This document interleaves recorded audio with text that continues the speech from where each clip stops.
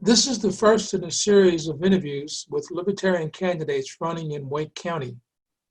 I'm Brian Irving, the press secretary for the Wake Libertarian Party. Today's guest is Mike Munger, who's a Libertarian candidate for North Carolina House in District 34. Mike grew up on an orange farm in rural Central Florida and graduated from David College in 1980. He's lived in North Carolina for most of his life. Dr. Mike Munger is Director of Undergraduate Studies and Professor of Political Science at Duke University. He also directs Duke's Philosophy, Politics, and Economics Certification Program. And he's a noted lecturer, world traveler, and author. He's been at Duke for 23 years. Mike was the Libertarian candidate for governor in 2008 in a race that accomplished two firsts in North Carolina history. He was the first so-called third-party candidate to appear in a televised debate. And second, he got 3% of the vote, making the Libertarian Party the first party in North Carolina history to retain ballot access via the ballot. Mike, thanks for being with us, and we'll start this brief interview with, you have a very impressive resume, and so my first question is an obvious one is, what has motivated you? Why are you running, and why do you want to be a state legislator? Well, I have a lot of friends who are in the state legislature. I knew a guy named Paul Lupke who was a Democrat. He was a pretty liberal Democrat. He lived in Durham and was in the General Assembly from Durham. He was a sociology professor at UNC Greensboro, but he commuted. And I spent a lot of time talking to him about how a professor was in some ways uniquely suited, and I would say even obligated to be able to offer a public set of recommendations and use of the expertise that we have developed. Now, you certainly wouldn't want a legislature entirely composed of professors, but it is useful to have experts in fields that actually are representing districts. And so I have a PhD in economics. I was the dean of the Master of Public Administration program at UNC Chapel Hill before I went to Duke. So I know a lot of city and county managers. And I live in Raleigh, so it would be easy for me to keep my job at Duke and be able to work in the legislature, just as Paul Lupke did. And in many ways, he's my model. He died young in 2016, but his contributions to the legislature, I remember at his funeral, a lot of people said how useful it was to be able to have somebody on a committee that you could go to and say, well, can you tell us about what the academic perspective is on this? So I'm not saying we want a legislature composed entirely of academics, but having some expertise to participate in the conversation would make me a very useful participant. That's interesting because I also knew Paul Lupke working with him on ballot access bills. And yes, he was a very interesting guy, very able person, so interesting. Okay, well, I noticed you have a website and you have several issues that you plan on running on, so let's talk about those. If you can, in your own words, just explain what your three key issues are, and maybe later on we'll talk about a little bit how you hope to accomplish those. Well, some of these are the same things that I worked on in 2008 when I was running for governor. And the one that I tried to emphasize a lot in 2008 was school choice. And the advantage of school choice is that it returns responsibility to parents. And I think one of the things that people lose sight of is that if you believe there are issues of fairness that require state participation in the education process, that's okay. I understand that perspective is out there. And in fact, in many ways, I approve of it myself. Given the current system, though, we have emphasized state provision of education rather than financing. So we can separate those two things. Maybe it's true that taxes and having a way to finance education is a state activity, but I don't see why state provision of education is important. Imagine that imagine that we said, food is really important. And in order to make sure that there's enough food, the only way that you're going to be able to get groceries is from a state-owned grocery store. Well, no, we don't do that. We have private grocery stores with food stamps and ways for poor people to get access to the existing private system that provides a variety of different ways of satisfying their goals. Because different parents in different places have different goals for their children. One size fits all is almost always a mistake. So I think school choice in the form of charter schools, getting rid of the restrictions on charter schools, and a voucher program for at least the poorer counties that would allow the existence of, because now in a lot of North Carolina's smaller counties, we have counties with 5,000 people. And it's very difficult to have any sort of competitive or choice system for schools. And so if we had a voucher program for those poorer counties, we could target it on particular counties, then there would be more educational opportunities for parents. And I really think that the mistake that many people make about education is to think parents don't care about their children. It's ridiculous. What they have is a sense of hopelessness that they see this monolithic monopoly state system. That's the only thing they can participate in. And as a result, they give up, they despair. And a lot of kids lose out, and we lose another generation of kids who don't graduate from high school who could have been productive citizens and participants in the democratic process instead of just being disaffected. So that one, school choice, was one that I had been interested in 2008. The second issue that I'm interested in actually connects with it in an interesting way.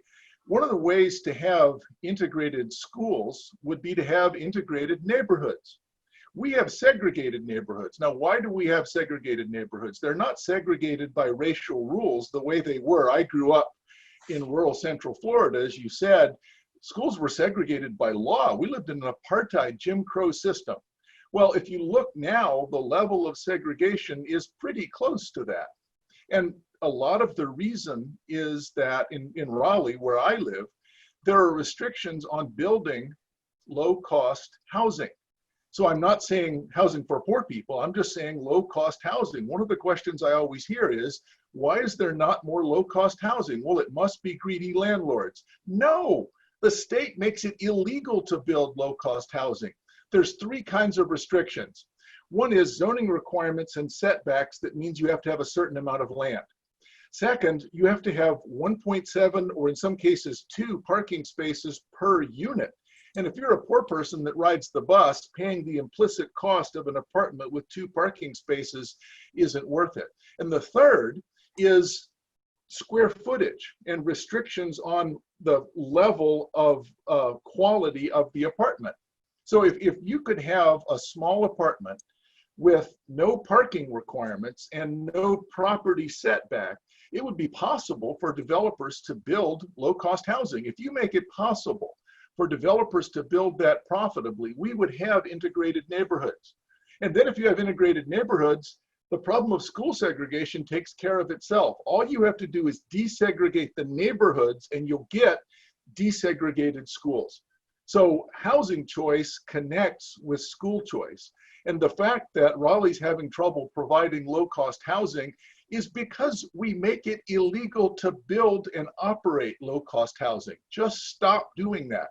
And so I would favor a state preemption law that restricts NIMBY, that is not in my backyard, pressures from cities where you can call it neighborhood preservation. There's all sorts of sensible names this goes by. But in fact, these are restrictions that prevent poor people who are responsible and have a job and just want to participate in the American dream by living in a good neighborhood and sending their children to a good school. All we have to do is stop making that illegal, and some of that problem will take care of itself. Okay, that's 2. Third, all right. the third issue, okay, all right, is I'm interested in, North Carolina has an alcoholic beverage control system. And North Carolina has the strangest alcoholic beverage control system in the United States. Most systems of state control, you have state warehousing, you have state wholesaling, and then you have state retailing. So there's different connections among those three. North Carolina has all three of those state operated, but interestingly, we have an odd system for local control. There are some counties, Brunswick County on the coast, I believe, has 19 different alcoholic beverage, no, forgive me, they have 19 ABC stores, and they have 17 different ABC systems, most of which operate exactly one store. So they'll have a 5-person or 7-person elected body that run the ABC system, and all they do is run one store. And the average pay for the county administrator for the ABC system is nearly $250,000. So North Carolina has 100 counties. 97 of those, I think, have an ABC system. Most of those have an entirely parallel elected system. And it means that, well, the short version of why I found it so interesting that the ABC system is so entrenched in North Carolina is that everything that I thought was a cost turns out to be a benefit. If you talk to the defenders of the ABC system, everything that I thought was a cost, they think is a benefit. First, it's really expensive. Well, that's right, because it provides jobs. Second, it's very inconvenient to be able to provide alcohol. Well, yes, that means that people will drink less. Third, it's more expensive. It acts as a kind of implicit tax. Well, yes, that means that we can raise revenue and create these jobs. So all of the things that I think are bad about the system, the people who are defenders of the ABC system actually think of as benefits. So this is a difficult problem. For several years now, people have been raising legislation in the General Assembly to try to get rid of the ABC system, and it's as if it's a metastasized cancer. 97 North Carolina counties have pop-up lobbyists for the ABC system, and it'll be a very difficult problem to solve. But you have people that have to drive 40 or 50 miles to get to an ABC store. And it's just wrong for a legal product to be restricted and more expensive just because the state finds it convenient. It's interesting that there's a common thread in all three of these issues, in that there are vested special interest groups that want to keep the system as it is and don't want to fix anything and are really not open to any kind of change at all. You mentioned NIMBY for the neighborhood development and the ABC system in particular. But do you think that out of these three issues, the education, the housing affordability issue, and I suppose that you're looking at privatizing the ABC system, or at least dramatically overhauling it as it is currently. Do you think those particular issues resonate with the people in your district and in the county? Since Wake is fortunate in that we pretty much have all our legislators within the county, except for one district. Voters, there are different groups that are interested in each of those three things. The getting rid of the ABC system, I've talked to very few people that are in favor of the ABC system unless they work for the ABC system. But think about how important that is. So if I ask you, should we get rid of this? It's inconvenient and expensive. The open hours aren't very much. It's often hard to get them to buy particular brands. You have to wait for a long time. People will say, yeah, that would be good. Well, but are you willing to work for that? Is that something that's really important? No, not so much. But if you work for an ABC store, obviously you would work hard to defend this. So as an economist, I recognize that's a public choice problem of concentrated benefits and dispersed costs. So it's interesting that you raise that problem. I think it does resonate with people, but one of the things that I think I would bring to the table as an elected representative is the fact that I can point out that politics, as usual, generally politics focuses on benefits for small elite groups. We need someone to speak for the voters. We do have a way of solving that problem of interest group, and it's called elected officials. But most of the time, it's pretty troublesome to do the right thing because your opponent is going to be getting contributions from the very people that you're trying to say, we can do better than that. So you're absolutely right. There are vested interests in all those cases. But one of the things I think I can do is articulate the reasons why we actually can, we can solve this problem and have something left over. So let's suppose that you're opposed to drinking and you think that the argument of the ABC system is correct. That is, we don't really want the costs of liquor to be less. All right, let's impose a tax on liquor and then use that liquor tax to fund the voucher system. So we can make we can keep the revenue the same. We can keep alcohol prices the same, even though they should fall. If we get rid of the ABC system, alcohol prices can fall. I'm willing just to have more convenience. You should be able to buy liquor at a CVS or at the Harris Teeter. So in the Midwest, when I lived in Missouri, when I was going to graduate school, you can buy liquor at the grocery store. They already sell wine and beer. They check your ID. It's not a complicated problem.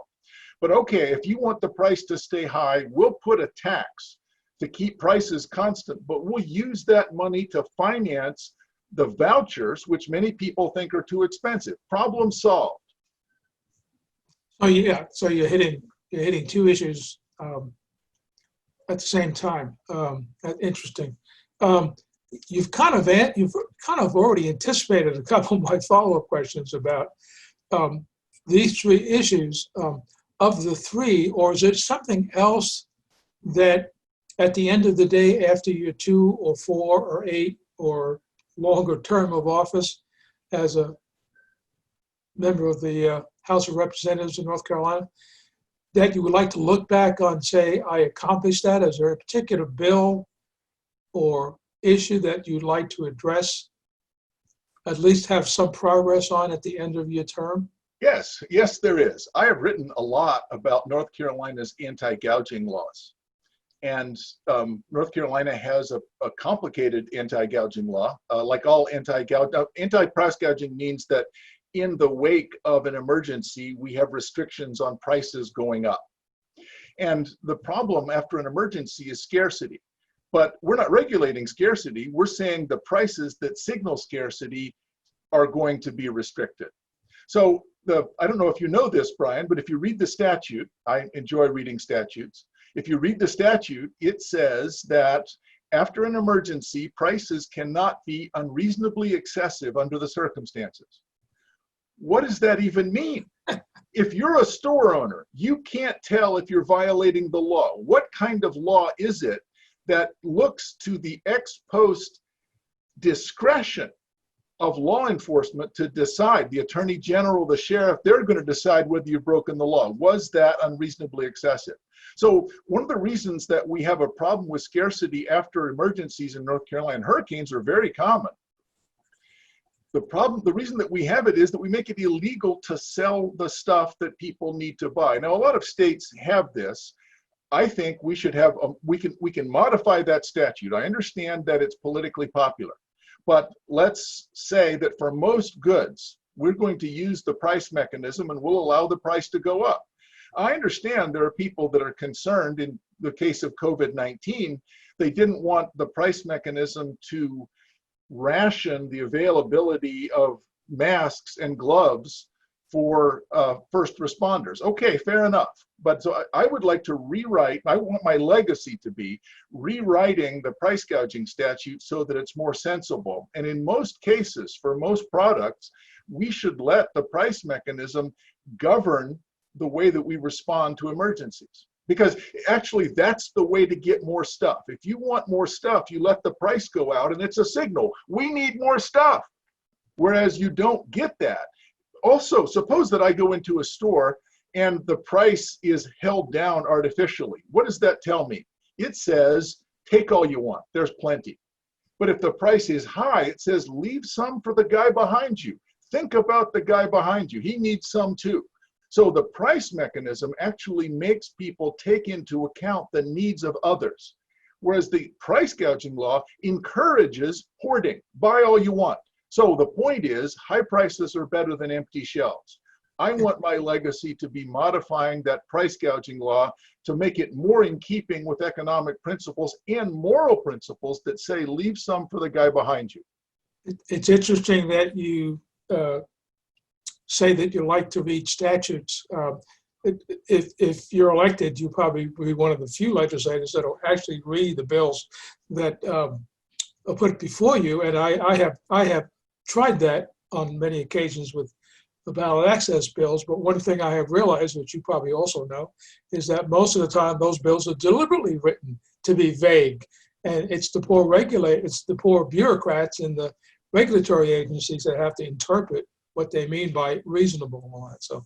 So yeah, that would be a major a change in the way the legislature operates, to have somebody actually reads the bills. So, okay, and speaking about gouging, if you go into a pharmacy today, it's very difficult to get things as simple as, forget about toilet paper, you can't get rubbing alcohol because the shelves are empty and you're limited. I don't understand why people prefer empty shelves to high prices. And so I have to ask the typical question that most libertarian candidates get, because I'm sure people are going to want to hear the answer to that. If you're elected, or shall I say, when you're elected and you're sitting in the legislature, and you're the only libertarian in the North Carolina General Assembly, how do you hope to get anything accomplished, or at least get listened to? Now, you already have probably a built-in audience among the academics and policy wonks, and probably a lot of people understand what you're saying in the lobbyist community. But how you get fellow legislators to help you, to work with, how you bridge that gap? I've spent quite a bit of time talking to legislators already, and I want to pay a compliment to most legislators. We were mocking, yeah, most people haven't read the legislation. That's because they're really busy, and also many of them have jobs, and it's hard to understand this language. And so I've found, and this is true at Duke, I'm a libertarian and I've been at Duke for 23 years. I have a bunch of friends on the left that will come to me and say, all right, explain this to me. Now, they may not agree with my view, but it's helpful to them to have someone say, all right, this is actually what underpins this argument. And there's another thing that I think people lose sight of. In political science, we have recognized there's a disproportionate power of third parties that actually manage to get seats in legislatures, because many bills are really quite close.